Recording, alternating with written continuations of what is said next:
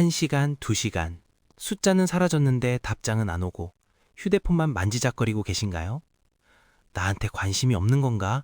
내가 뭐 실수했나? 오만 가지 생각이 머릿속을 스쳐 지나가죠. 상대의 답장 속도에 내 하루의 기분이 결정되는 그 간절한 마음, 저도 잘 압니다. 하지만 결론부터 말씀드리면 답장이 느리다고 해서 꼭 당신에게 관심이 없는 건 아닙니다. 오늘은 카톡 답장이 느린 사람들의 심리를 4가지 유형으로 완벽하게 분석해 드릴게요.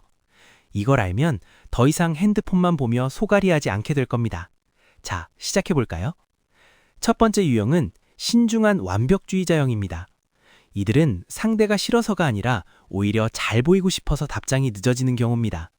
단어 하나, 이모티콘 하나에도 혹시 오해하면 어떡하지 고민하며 썼다 지웠다를 반복하죠.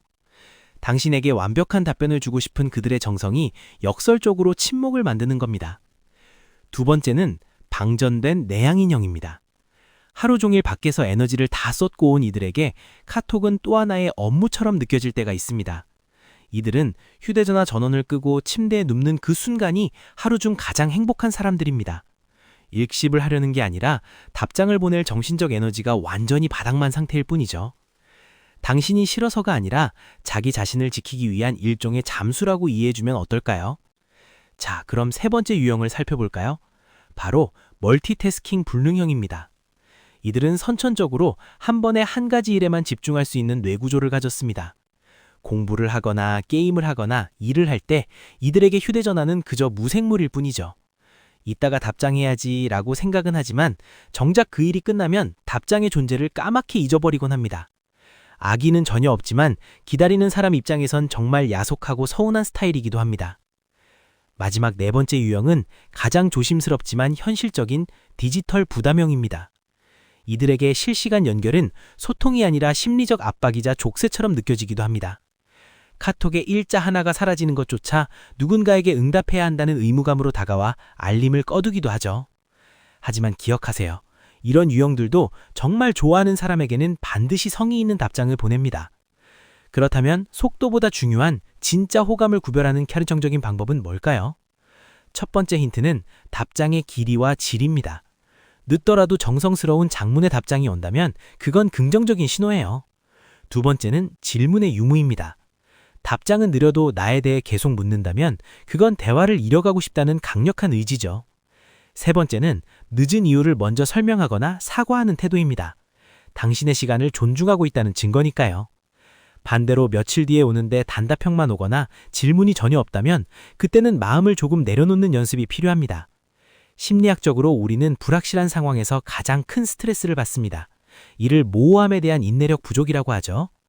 상대의 답장에 집착하게 될 때 가장 좋은 해결책은 역설적이게도 나의 세계를 더 넓히는 것입니다. 내가 바쁘고 즐거우면 상대의 일자가 사라지는 속도는 더 이상 내 행복의 절대적인 척도가 되지 않거든요. 만약 불안함이 너무 크다면 가볍게 자신의 마음을 전달해보는 것도 용기 있는 방법입니다. 너의 답장을 기다리는 게 가끔 힘들 때가 있어 라고 말하는 건 상대를 탓하는 게 아니라 나를 지키는 표현입니다. 자, 이제 상대의 늦은 답장을 보며 밤새 고민하던 습관은 오늘로 마침표를 찍기로 해요. 결국 가장 중요한 건 타인의 속도가 아니라 바로 나 자신의 마음의 평온함이니까요. 그런데 여기서 우리는 아주 무서운 심리적 함정에 빠지곤 합니다. 바로 심리학자 스키너가 발견한 간헐적 강화라는 현상입니다. 상대가 10번은 늦게 답하다가 어쩌다 한 번 1분 만에 칼답을 보내면 우리 뇌는 평소보다 훨씬 더 큰 도파민을 분출합니다. 이 예측하지 못한 보상이 우리를 상대의 연락에 중독되게 만들고 조금만 더 기다리면 또 칼답이 오지 않을까라는 희망 고문에 빠뜨리는 것이죠. 하지만 냉정하게 생각해야 합니다. 상대의 연락 주기에 내 감정의 롤러코스터를 맡기는 건 내 행복의 운전대를 남에게 넘겨준 것과 다름없습니다. 이제는 연락의 양보다 연락의 질을 봐야 할 때입니다. 늦더라도 배려가 담겨 있는지 아니면 그저 의무감뿐인 단답형인지 말이죠. 만약 불안함이 당신의 일상을 잠식한다면 잠시 휴대폰을 뒤집어 놓으세요. 그리고 지금 당신의 성장에 집중해야 합니다.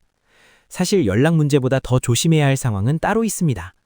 연락은 꼬박꼬박 잘하고 만나면 늘 웃고 있는데 어딘지 모르게 벽이 느껴지는 경우죠. 겉으로는 아무 문제가 없어 보이지만 사실 상대의 마음은 이미 당신을 떠나 이별을 준비하고 있을지도 모릅니다. 갈등을 피하기 위해 더 친절하게 대하는 그 미묘한 가면을 눈치채지 못하면 나중에 감당할 수 없는 상처를 입게 됩니다. 그렇다면 상대의 마음이 이미 나를 떠났음을 알려주는 그 소름 돋는 무의식적 신호들은 무엇일까요? 다음 영상에선 웃고 있지만 마음은 이미 떠난 사람들의 5가지 미묘한 행동 신호에 대해 아주 깊이 있게 파헤쳐 보겠습니다. 놓치고 싶지 않다면 지금 바로 구독 버튼을 눌러주세요. 지금까지 당신의 마음을 가장 먼저 생각하는 심리친구였습니다.